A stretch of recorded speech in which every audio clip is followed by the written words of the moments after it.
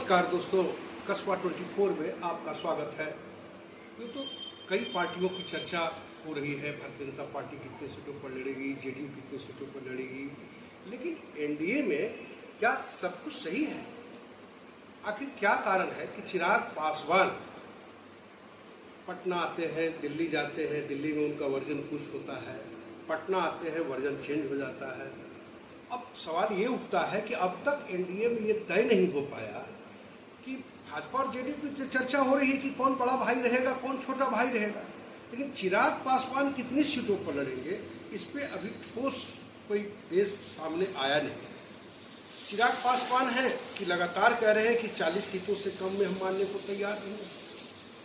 और दूसरी सबसे बड़ी बात है कि इन 40 सीटें आखिर इन्हें कैसे दे सकती है एनडीए का जो दो बड़े घटक हैं भाजपा और जेडीयू, क्या 40 सीटें देगी? बिल्कुल असंभव है। लेकिन अंदर खाने की खबर आपको बताऊं, चिराग पासवान की 2-3 दिन पहले और मुलाकात हुई थी जेपी नड्डा से।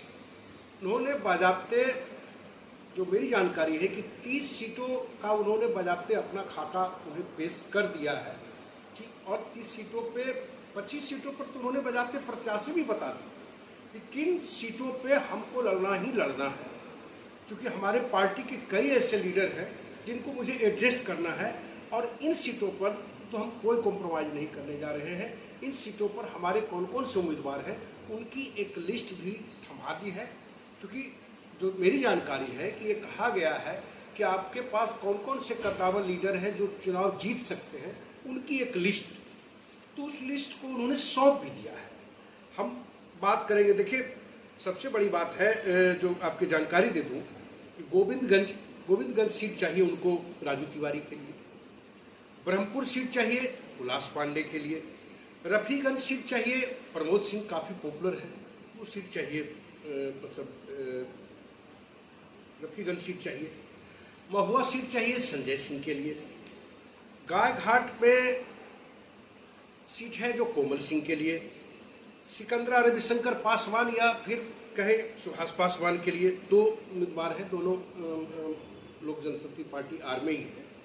तरैया सीट पे सुधीर सिंह के लिए चाहिए, महनार के लिए रामा सिंह की पत्नी बीना सिंह की सीट के लिए सीट चाहिए, अरवल से सुनील यादव के लिए सीट चाहिए, ओबरा से प्रकाश चंद्र के लिए चाहिए, जहानाबाद से इंदू कश्यप के लिए डिमांड की गई है, चकाई से चंदन सिंह के लिए, क्योंकि चंदन सिंह काफ़ी मतलब कि कहें कि रामविलास जो माफ कीजिएगा जो चिराग पासवान है उनसे काफ़ी नज़दीकी भी उनकी है।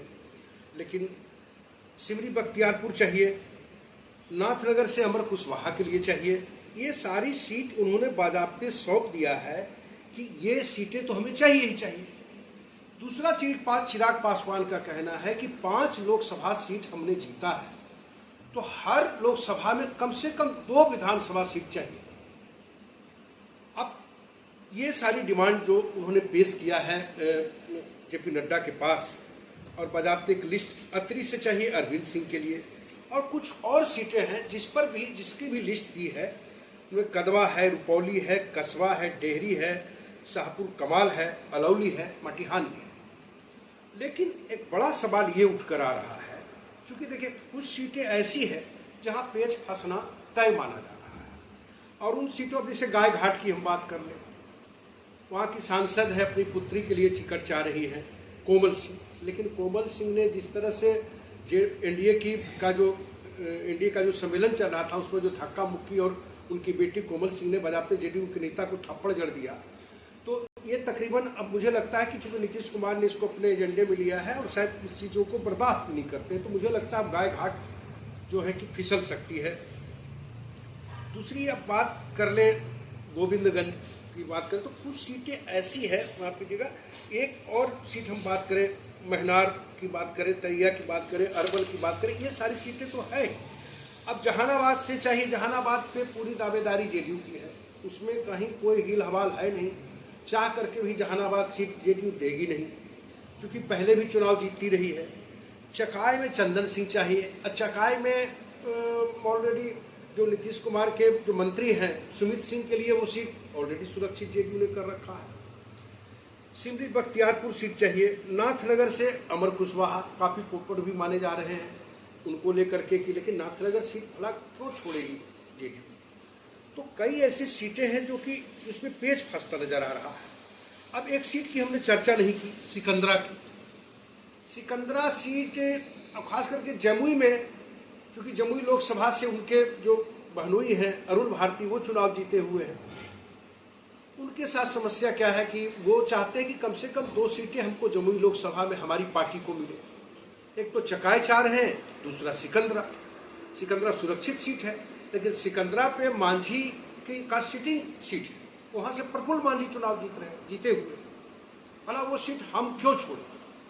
लेकिन सिकंदरा सीट पर भी उनकी दावेदारी है, चकाई सीट पर भी दावेदारी है। तो एक जो और यहाँ की बात करें, अब मुजफ्फरपुर में 2 सीट चाहिए। अलौली में तो मुझे लगता है कि चाचा भतीजे की भिड़ंत हो। अलौली से खबर है कि पशुपति पारस चुनाव लड़ेंगे जो लोजपा पारस से है, और एक तरफ से जो मतलब कि चिराग पासवान की पार्टी रहेगी। मेरा कहने का तात्पर्य यही है कि, और सबसे बड़ी बात है कि लगातार दबाव बनाने की प्रक्रिया में चिराग पासवान पीछे नहीं है। लगातार प्रेशर बना रहे हैं कि 40-40, इसलिए वो कह रहे हैं कि बात अगर बने तो 25-25 तक कम से कम पहुंच ही जाए। तो ये सीटें तकरीबन उन्होंने अपने बाजाबते प्रत्याशियों के नाम के साथ सौंप दी है कि ये कद्दावर है कि नहीं, आप आइडिया ले लो इसका। बहरहाल हम देखेंगे कि आने वाले दिन में इस पर क्या कुछ रंग देखने को मिलता है। लेकिन इतना बता दो कि जितनी चाहत चिराग पासवान की है, शायद उतनी चाहत पूरी न हो पाए।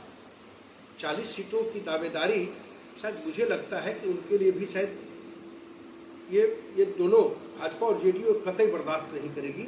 हाँ, ये तो एक कंक्रीट जानकारी जो मेरे पास अंदर सूत्रों से आपको बताऊं कि 25 सीटों पर तकरीबन बात हो गई है, और 22 पर तो बाजाबते उम्मीदवारों के नाम सहित लिस्ट उन्होंने सौंप दी है।